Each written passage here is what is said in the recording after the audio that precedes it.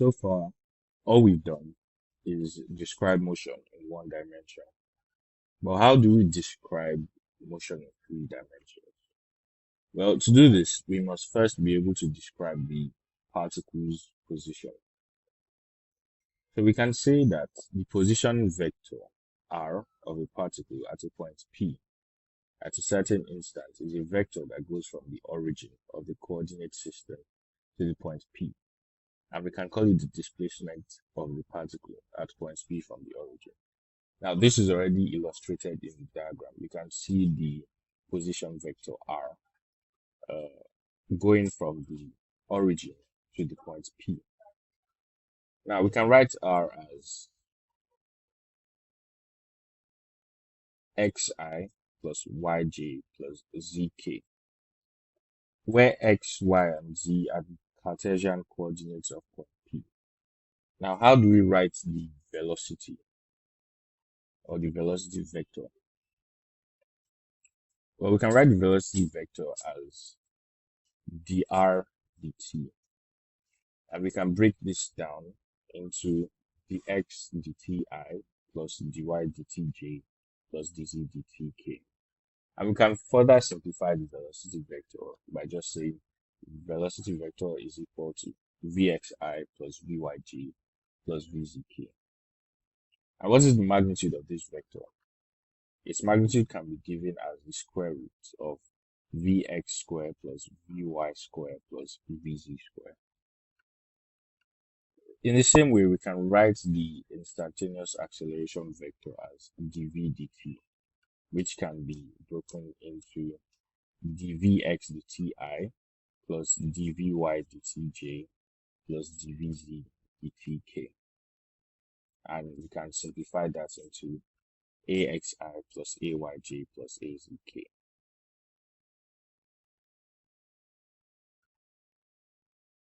Now, if the acceleration is constant, or in other words, we can say if ax, ay, and az are all constant, we can apply our equations of motion to each component, and we can write our equations as shown.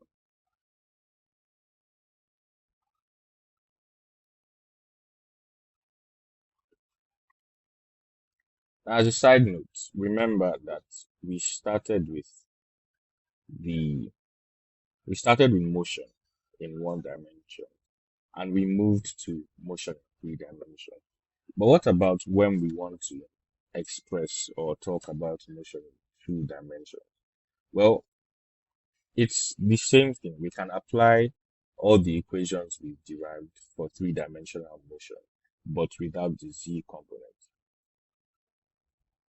So for motion in two dimensions, we can write r as xi plus yj.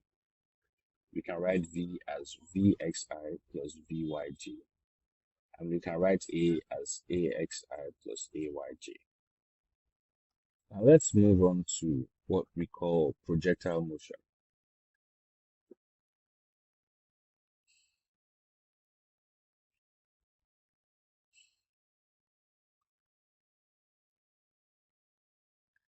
So when a particle is thrown obliquely near the Earth's surface, it moves along a curved path under constant acceleration, directed towards the center of the Earth. The path of such a particle is called a projectile, and the motion is called projectile motion. Projectile motion is two-dimensional, and we can treat the motion as two independent rectilinear motions. So motion along the x-axis, we have uniform velocity responsible for the horizontal motion of the particle. And along the y-axis, we have uniform acceleration responsible for the vertical motion of the particle. Recall that the velocity of the particle is a vector, and we've previously said that a vector can be resolved into perpendicular components. Now, resolving the initial velocity v0 into x and y components, we have v0 x equals v0 cos theta, and v0 y equals v0 sin theta. We can use equations of motion to analyze both components of our projectile motion independently to obtain the total time of travel, the maximum height reached, and the range of the projectile. For the horizontal motion, there is no acceleration, so we can say that the horizontal component of the velocity is constant throughout the motion. Now let's analyze the vertical motion. At the highest point in the projectile motion, the vertical component of the velocity Vy is equal to 0. If we apply our first equation of motion, we can write Vy equals V naught y minus gt. And note that we're using a negative sign because our object is moving upwards against gravity, and as such it has negative acceleration. Now, since Vy is equal to 0, we can write 0 equals Vy minus gt. If we rearrange this, we get gt equals V naught y. And if we divide both sides by g, we get t is equal to V naught y over g. Now recall that V naught y is the vertical component of our initial velocity. And so we can write V naught y equals V naught sine theta. If we substitute this, we get t equals V naught sine theta over g.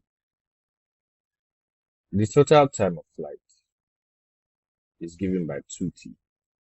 This means that since t is the time taken for the object or the particle to move from its initial point to the maximum height, then it's going to take an equal amount of time to move from that maximum height back to the level which it started from. And that's why we say that the total time of flight t is equal to 2t. So we can say that the total time of flight is equal to 2 v naught sine theta over g. And this is the equation for the time of flight of the projectile. Now, to get maximum height, we use the third equation of motion. We write Vy squared is equal to V naught y squared minus 2gy. At maximum height, Vy is equal to 0. So we can write 0 squared is equal to V naught y squared minus 2gh, where h is our maximum height. If we rearrange this, we get 2gh equals V naught y squared. Now, dividing both sides by 2g, we get h is equal to V naught y squared over 2g. Now, again, V naught y is the vertical component of our initial velocity. So we can say V naught y, or V naught y squared, will be equal to V naught square sine square theta. And so h equals V naught squared sine square theta over 2g. And this is the equation for our maximum height of the projectile.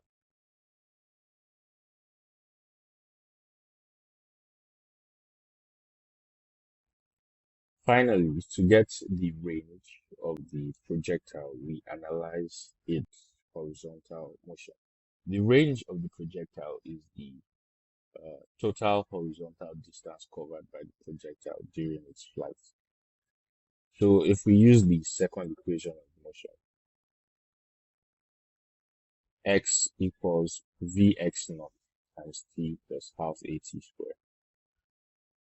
Now, for our horizontal motion, we know that our acceleration is 0. So this equation simplifies to x equals vx naught times t.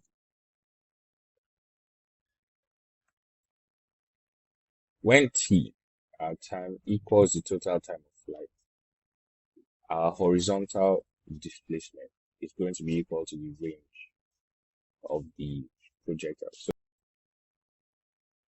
So we can write that our range is equal to vx naught times t. Substituting our expression for t into this equation, we get our range is equal to vx naught cos theta times 2 v naught sine theta. and our range becomes v naught square times 2 sine theta cos theta over g. From our trigonometric identities, we know that 2 sine theta cos theta is equal to sine 2 theta. So we can write our range as v naught square sine 2 theta over g. Let's do a quick recap on the equations we've derived for our projectile motion. We have the total time of flight, which is equal to 2 v naught sine theta over g. We have our maximum height, which is equal to v naught squared times sine squared theta over 2g.